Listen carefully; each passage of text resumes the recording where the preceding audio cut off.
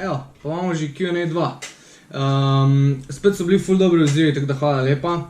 Tudi dobil sem komentarje in na YouTubeu in na Facebooku. V naslednjem polu, se pravi Q&A 3, bom verjetno lahko zbral že toliko vprašanj, da bom kar iz novejših vprašanj, se pravi tisti, ko so trenutno bolj popularna, lahko naredil en Q&A, drugače bom pač ona stara vprašanja. Še povedal, ker itak imam 200, 300, včeraj gledal imam 250 vprašanj. Ok, najbolj že gremo kar na prvo vprašanje. Ker imam eno super novico in sicer, da sem dobil še enega sponzorja. To je trgovina Fengcha. Bom itak linkov odspod delil. Je pa v bistvu trgovina, ki se ukvarja z, ne vem, kako bi rekel, s prodajo zdrave prehrane, super hranil. Na njihovi strani imajo super hranila, kave, čaje, zelišča, različne pribore za čaj, pač ni da ni, no, pač ful fajne stvari. In imam isto kodo s popustom za 10% na vse izdelke iz trgovine Fengcha. Bom delil in link in kodo s popustom, pa ko bom objavljal stvari na Facebooku iz njihove strani, se pravi o različnih tetih zdravih gobah za imunski sistem, za možgansko delovanje, kak čaj, karkoli, bom direktne linke delil, tako da vam bo najlažje tak najti. Se pa ful splača vzeti. Paketki so pa v bistvu taki. To je na primer ena goba, ko jo jaz uporabljam. Lion's Mane, oziroma po slovensko je resasti bradovec. Je ful dobra goba in sicer iz vidika obnove si mielinskih ovojnic. Jaz sem se na primer na faksu učil, da mielinske ovojnice se ne obnavljajo, ne, oziroma da pač ko pride do kakšne poškodbe živčevja, predvsem mielinskih ovojnic ali pa degeneracije ali pa kakšni multipli sklerozi ali pa Parkinsonovi bolezni, pač je kao nepopravljiva škoda. Lahko jo malo staviš oziroma upočasniš, ne moreš pa mielinske ovojnice nazaj zgraditi. No, raziskave kažejo, da Lion's Mane oziroma resasti bradovec to lahko naredi. Poleg tega ima pa še druge pozitivne učinke, ko mu pa itak govoril posebej objavi prav Lion's Mane. Pa še drug sponzor je pa esenca magnezijev olje. O tem sem pa itak že prejšnjič povedal, se pravi najboljše magnezijev olje za uporabo prek kože. Preventiva, ko imaš krč, ko se počutiš utrujenega, najboljša verzija magnezija. Se pravi Fengcha, Lion's Mane gobe, čaji, pa magnezijev olje od esence. To sta dva moja sponzorja, pri obeh lahko dobite kodo za 10% popusta. Zdaj pa pri magneziju je koda POP10, vse z veliko. Na Fengcha trgovini je pa koda ANZE10, vse skup, vse z veliko, ANZE10. Bom pa itak še dodal link odspod. Ali je res, da se je treba izogibati krompirja, da lahko shujšaš? Tu sem itak na veliko odgovor, ne, niti slučajno. Zdaj pa zakaj je to? Prvo kot prvo, za hujšanje lahko ješ sam krompir, sam meso, sam oreščke, sam prašičjo mast, sam grumpe, sam karkoli, sam sadje. Važno je, da imaš... Važno je, da imaš kalorijski vnos manjši od porabe. To je cela logika. Se pravi, krompir niti slučajno ne povzroča, da se boš redil oziroma karkoli takega. Dejansko v bistvu si s krompirjem lahko pomagaš pri vzdrževanju oziroma lažjem vzdrževanju diete. Zdaj pa zakaj je to? Naredili so raziskavo, katera hrana je najbolj hranilna. Se pravi, naprimer na 100 gramov, katera hrana te najbolj nasiti, ko jo poješ. In ugani, kdo je zmagal. Krompir, navaden krompir. Edino, kar se navaden krompir razlikuje od sladkega krompirja, ko vsi tek promovirajo, kak je sladek krompir boljši, pač v bistvu ni. Sladek krompir ima več vitamina K, navadni krompir ima več vitamina A, pa C ima malo več mogoče. Drugače pa načeloma ista, fora je samo, da ima sladek krompir ogljikove hidrate, ki se absorbirajo malo bolj počasi, oziroma niti ne, da se absorbirajo malo bolj počasi, nimajo takega inzulinskega odziva, se pravi, ne naraste toliko cukra v krvi, kar je, če gledamo iz zdravstvenih smernic, mogoče malo bolj zdravo, ampak glede na to, da če se ti ukvarjaš normalno z nekimi športnimi dejavnostmi, pa si približno telesno aktiven, ni nobene panike, ko poješ malo navadnega krompirja. Jaz še v bistvu ful spodbujam ljudi, da jejo krompir, zaradi tega, ker ima tudi ene vlaknine so v krompirju in navadnem in sladkem, ki so v bistvu so odporne na želodčno kislino in pridejo do tankega črevesja, kjer se pol fermentirajo. Tam pa postanejo hrana dejansko za naš mikrobiom. Se pravi, določene bakterije se hranijo na vlakninah, ki se jim imenuje, kako se reče, fermentacijske vlaknine, nekaj takega. V glavnem, fermentirajo se in pol imaš hranilo za zdrave bakterije, ki jih pa rabiš za delovanje, mislim, so kar drugi imunski sistem, no, drugi možgani telesa je flora črevesja. Se pravi, ne, krompir ne redi, priporočam ga, da ga vključiš v prehrano vsaj 2-3 na teden, ali sladkega, ali navadnega, jaz imam rad kombinacijo, zraven kakega stejka, karkoli. Se pravi, ne, krompir ne redi. Zvečer sadje, jogurti, smuti, ja ali ne. Zdaj ne vem sicer, kaj imajo tule jogurti vmes, ker sadje ni, mislim, jogurt vsekakor zvečer, mislim, ni panike. Tudi sadje ni panike, če moraš ti zadostiti nekemu kalorijskemu, če si zadostil kalorijskemu vnosu, se pravi, da je manjši oziroma večji, kar pač rabiš. In če naprimer veš, da nisi zdaj čez dan jedel ful sadja, pol v vsakem primeru, mislim, sadje je ful pomembno, sadje ima vitamine, ima minerale, ima določene vlaknine, ki se prav tako fermentirajo v ene v črevesju, ene že v trebuhu, pač pomagajo neki problogi, ampak sadje je pomembno, sadje pač moraš pojesti na dan, jaz bi rekel količinsko, da bi si dal 5 sadja na dan. Razen, okej, pride pa pol problem pri ljudeh, ko ne znajo, ko njihovo telo ne zna prebavljati fruktoze. Vsi se bojijo sadja, bolj kot ne samo zaradi tega, ker je fruktoza, ne vem, strašen cuker, mislim, ne vem, kaj je fora tega, kao da redi. Sploh ni res. Fruktoza se niti slučajno ne spremeni direkt v maščobe. V bistvu, fruktoza ima edino en problem, da preskoči en proces, ki se imenuje fosforfruktokinaza, ki v bistvu dvigne inzulin pol v telesu, da se lahko sladkor poče tja, ko ga pač rabimo. In zato imamo pa mi jetra, ne? Zdaj pa jetra so edina, ki lahko prebavljajo fruktozo. In zdaj v jetrih fruktoza prvo je prebavljena, deloma se shrani v jetrih kot jetrni glikogen, to se lahko shrani tak do ene, koliko je že, do ene 100 gramov je lahko jetre na dan prebavijo oziroma shranijo. Če se pa sproti prebavlja itak več. V glavnem, shramba je v jetrih je 100 gramov. Varira od ljudi, od človeka do človeka seveda, ampak je bolj kot ne tam okoli 100 gramov. Se pravi, shrani se kot jetrni glikogen, uporablja se lahko pa tudi kot laktat, ali pa nasploh gre pač v energijo, pa v sistem, pač ne pretvori se direkt v špeh. Bile so raziskave, ko so kao preverjali, koliko se dejansko fruktoze direkt pretvori v maščobne kisline, se pravi v špeheca, ne, okoli trebuščka ali pa kjerkoli. 1% od zaužite glukoze, fruktoze na dan, če je, seveda ni preveč, se pretvori direkt v maščobne kisline. Drugo se vse porabi kot energija za možgane, kot energija za mišice, kot energija za določene procese v telesu. Se pravi, fruktoza ne redi, fruktoza ni strupena, fruktozo rabimo. Druga stvar je pa, jaz bi sadje priporočal najboljš ga jesti zjutraj, zaradi tega, ker se ti čez noč, ko mi gremo spat, mišice ne deluje, se pravi, mišičnega glikogena ne bomo spraznali čez noč, zaradi tega, ker so mišice neaktivne. Bomo pa spraznali, ker še vsem porabljamo malo glikovih hidratov po noči, tudi za določene procese, bomo pa porabljali fruktozo iz jeter, se pravi, jetrni glikogen bomo porabljali. In zato je zjutraj fajn sadje jesti, ker boš nafilo jetrni glikogen. Sam to je fora. Lahko pa ješti sadje za kosilo, lahko ga jesti zvečer, zdaj ne vem, ni bilo tule specifično zakaj, ne bi smel jesti, ampak ja, sadje lahko jesti zvečer. Druga stvar je pa jogurt, smuti je itak kombinacija jogurta pa sadja.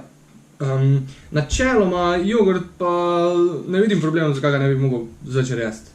Mislim, jogurt je po eni strani fajn, še posebej, če je nek fermentiran na vrsta ali pa tudi navadni jogurt, grški jogurt. Fajn je, ker jogurti imajo ponavadi, če niso preveč predelani, imajo probiotike. Probiotiki so dobri za telo. Zdaj pa, odvisno, kjer probiotike imaš, nimamo vsi istih probiotikov, imamo jih, mislim, da jih imamo okoli, nisem ziher, da jih imamo 56 različnih vrst, nekaj takega v telesu, obstaja jih pa ne vem koliko 1000 različnih vrst. Ampak vsak človek ima drugačno sestavo probiotikov pa prebiotikov v telesu. Pač dejansko je to tako prstni vtis.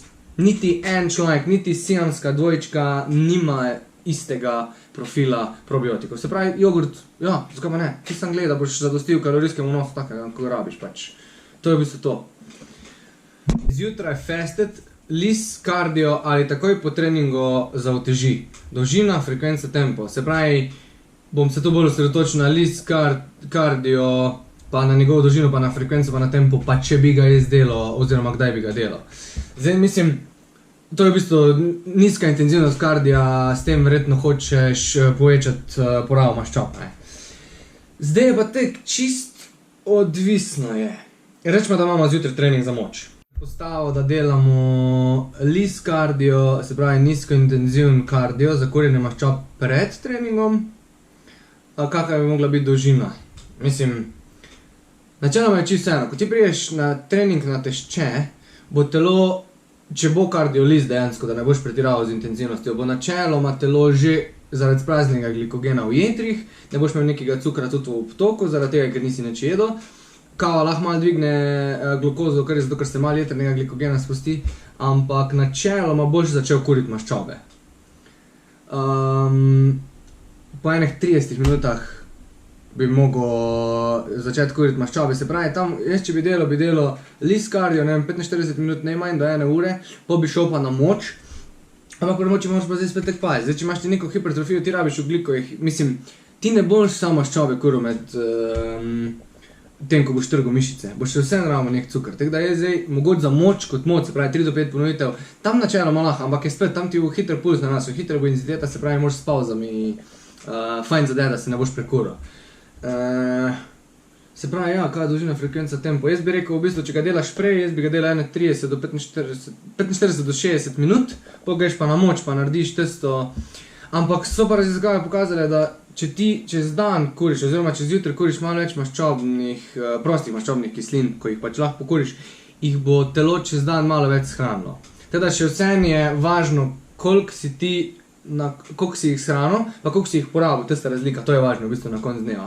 Ampak malo bolj pa koristi, mogoče, če že greš to, pa da delaš en čas kot kurjenje maščob, ali pa vse, da se telo prilagodi na kurjenje maščob. Se pravi, ja.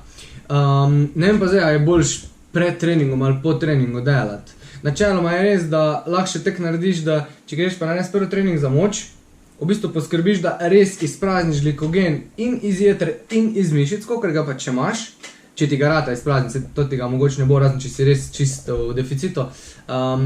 In pol, ko sprazniš glikogen, greš pač na kardio. Načeloma bi bilo to skoraj bolj zaradi tega, ker boš malo spravil mlečne kisline, malo boš spravil tistih odpadnih produktov, ko se jih je zgolj naredilo, ko si mišico natrgal, pa dejansko boš mogoče celo še malo več maščobe pokuril. Zdaj ni nekih raziskav, ko bi to kazale, da bi se ful razlika poznala, ampak glej, jaz bi načeloma šel tek, kar mi paše, probal bi, ampak po mojem bi mi bolj pasalo po treningu za moč, da bi šel še narediti nek kardio, da v bistvu malo razhodiš, malo sprostiš mišice, malo nadihaš, malo odpadne produkte.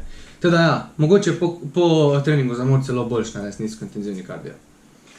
To, prvo, drugo, tretje, četrto je zdaj. Četrto vprašanje. Če imaš zjutraj fitness trening, kva jest prej pa pol? Kdaj jest zajtrk?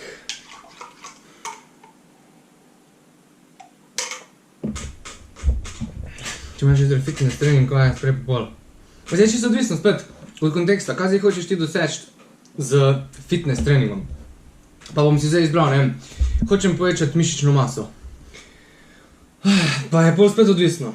A delaš fasting, se pravi, delaš fasted trening, ali imaš normalno prehrano, pa hočeš ti prejesti. Enim bolj paše, da jejo prej, enim bolj paše, da ne jejo prej. Se pravi, ješ, če bi jedel, kaj bi jedel pred fitnessom? Ene kvalitetne esencialne aminokisline iz prave hrane, se pravi jajčke, ali pa, ne vem, piščančja, salama, samo mora biti piščančja prsa, pa da je čim bolj lažje, mislim, da je čim lažje, ker ne vem, če lahko zjutraj glih poje neko meso. Se pravi, jajčke, piščančja, salama, ali pa mogoče kak kvaliteten jogurt, naprimer, skyr je naprimer ful fajn tudi, da ni, ne vem, odvisno koliko prenašaš laktozo, se pravi, to je z vidika beljakovin. Dodal bi malo glikovih hidratov, zdaj pa prej sem že rekel, da je sadje fajn je zjutraj, se pravi, ne vem, ena banana, ena pomaranča, karkoli. Jaz si ne bi delal soka, zaradi tega, ker še vsem izločiš ful vlaknin, pa bolj ostane, bolj ko ne sam cukor, še vsem je malo fajn pojesti vlaknin zraven, pa tudi lažje bolj cukor prebaviš, pač fruktozo pa to. Se pravi, od hidratov bi bolj ko ne sadje, ali pa mogoče kak toast, kruh, karkoli takega. Od zelenjaja pa niti ne bi neki ful, edino kar lahko kdo proba, če mu pa še zjutraj rdeča pesa. Lahko je sok rdeče pese, lahko je prava rdeča pesa kot solata.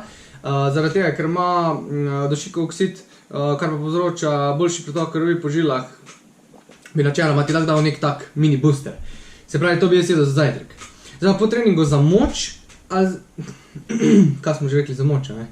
Za moč, v bistvu, če delaš za moč, se pravi, to so 3 do 5 ponovitev, to ne natrgaš toliko mišic, kot če bi delal za hipertrofijo. Ne rabiš niti toliko glikogena refilati nazaj. Se pravi, dojš čokoladno mleko z beljakovinami, ali pa beljakovine, pa z dodatkom malo maltodekstrina pa fruktoze. Spet je ful odvisno od konteksta, koliko rabiš ti zaužiti česa, kjerega makrohranilna dan pa koliko kalorij.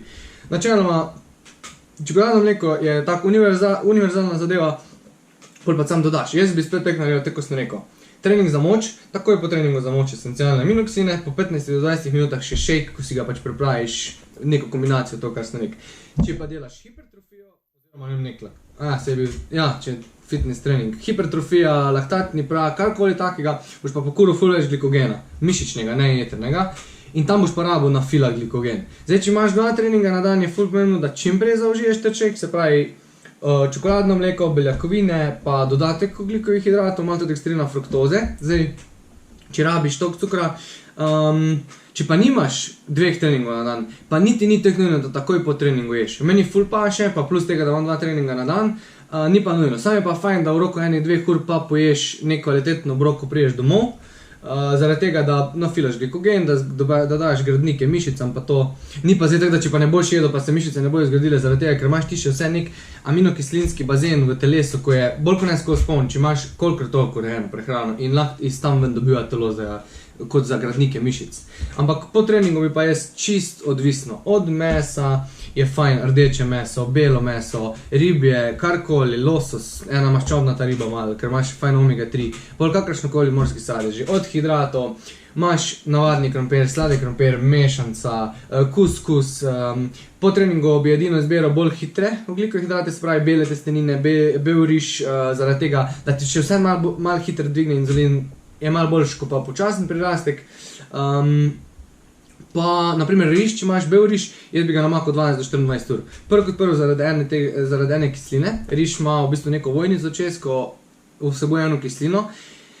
S tem se riž v naravi zavaruje, da je malo teže prebavljiva, in ga lahko pač, ne vem, žival ga poje, pa gre, ne vem, 5 km naprej, pa ga tam ven pokaka in pol se riž tam naprej razmnožuje. Na tak način je nek obrambni mehanizem. Rjavi riž ima tega še več, zaradi tega ga tudi moraš bolj dolgo kuhati, pa je teže prebavljiv, pa ti manj dvigne cuker. Plus namakanje sprosti več hranil. Se pravi, naprimer, nisem ziher, koliko je bila raziskava. Mislim, da neki 20% več imel na močen riž hranil, ko pa navaden beli riž, pač brez mati kuhan. Pa še prej se skuha, če je namočen 12 ur. Se pravi, to, pa jaz bi dodal omega 3 zaradi tega, ker zaradi vseh, kar imajo protivnetne lastnosti zaščite živčevja, omega 3 je ful pomembno za možgane. Mislim, možgani direkt lahko prečka možgansko krvno bariero, kar je redko kjera stvar lahko, ker pač telo to ful nadzoruje, se pravi, je pomembna, ker iz omega 3 pa omega 6 maščob možgani naredijo eno posebej maščobo, ko jo lahko samo oni uporabljajo za vse različne stvari, za gradnjo možganskih celic, za boljše delovanje možgana. Pač v glavnem omega 3 je pomembna, če ne ješ rib. Pač jaz bi zraven enega stejka oziroma zraven piščanca bi še dodal omega 3. Od zelenjave bi dodal pa brokoli, paprika, teda sta mi najbolj všeč zaradi tega, ker ima C-vitamin in se pol več železa absorbira s pomočjo C-vitamina. Lahko pa enostavno limono pošpricaš ali pa prej spiješ, se pravi na tak način, pač mogoče malo dolgo, ampak ja, to je cela filozofija. Zadnje vprašanje je pa, kolikor na teden je priporočljivo delati core, kakšne dobre vaje poleg plenka. Zdaj, tu je če gledamo iz vidika moči oziroma vidika mišične mase, je dokazano zdaj, da je najboljše trenirati minimalno 2krat na teden, enkrat je premalo, 2 do 3krat je ok, 4krat je pa že skoraj malo preveč. Za eno, če zdaj se izoliramo mišično skupino. Se pravi, 2 do 3krat na teden bi jaz delal core. Zdaj pa, plenki klasičen plank, ko se ti postaviš na roke oziroma na komolce, pa če predpostavimo, da delamo plank tako večina ljudi, ni za trebušne. Žal, pač, tako je. Probi delati plank 1 minuto, pa boš videl, kam se ti prevesi teža. Vse gre bolj kot ne čez ramena, ne vem, eni rit povesijo, grejo na noge, pač v glavnem core je vse drugo dela, samo trebušne ne. Če se pa dela plank prav, se pravi ti dvigneš, narediš protrakcijo lopatic, potisneš šonci, stabilen položaj, lopatice v isti liniji kot rit, pelvic tilt, se pravi notranja rotacija medenice, takoj ko narediš notranje rotacije medenice se napnejo trebušne, se pravi skrajčaš, to v bistvu mora delati trebušne, notranje in zunanje. In tam ti držiš plank, zdaj pa če boš ti to držal 10 minut, pač ne boš. Teda to je v bistvu, če delaš tak plank, pol ja, vsekakor je za trebušne. Drugače pa plank kot vzdržljivost, pa jaz ne bi šel čez 1 minuto zaradi tega, ker moraš držati pelvic tilt. In kakor čudiš, da ti pelvic tilt pa pusti, ni več za trebušne planke. Takoj se prevesi teža. Če gledaš, ne vem, ženska je zdaj podrla rekord nekaj čez 4 ure, je držala. Že od začetka se je povesla na lopatice in je držala z rameni. Mislim, vsaka čast, sploh, mislim, ni šans, da bi kdaj v življenju to naredim, ampak to žal ni plank. To je, ne vem, neko visenje na rokah s tem, da se z medenico ne dotakneš tala. Teda ja, to, drugače bi pa bolj šel izometrične kontrakcije za trebušne. Pač trebušne mišice so tako naredi. Trebušne mišice morajo res peč. Trebušne mišice so močne, še posebej zunanje, six-pack, pa to, pa eight-pack, pa kdo ima srečo, da ga ima. Izometrija je ful pomembna. Zdaj, če bo še več vprašanj glede trebušnih mišic, pa to bom mogoče daj video naredil, ko nam je profesor strojnik pokazal ene fajne izometrične kontrakcije za različne plenke oziroma trebušne.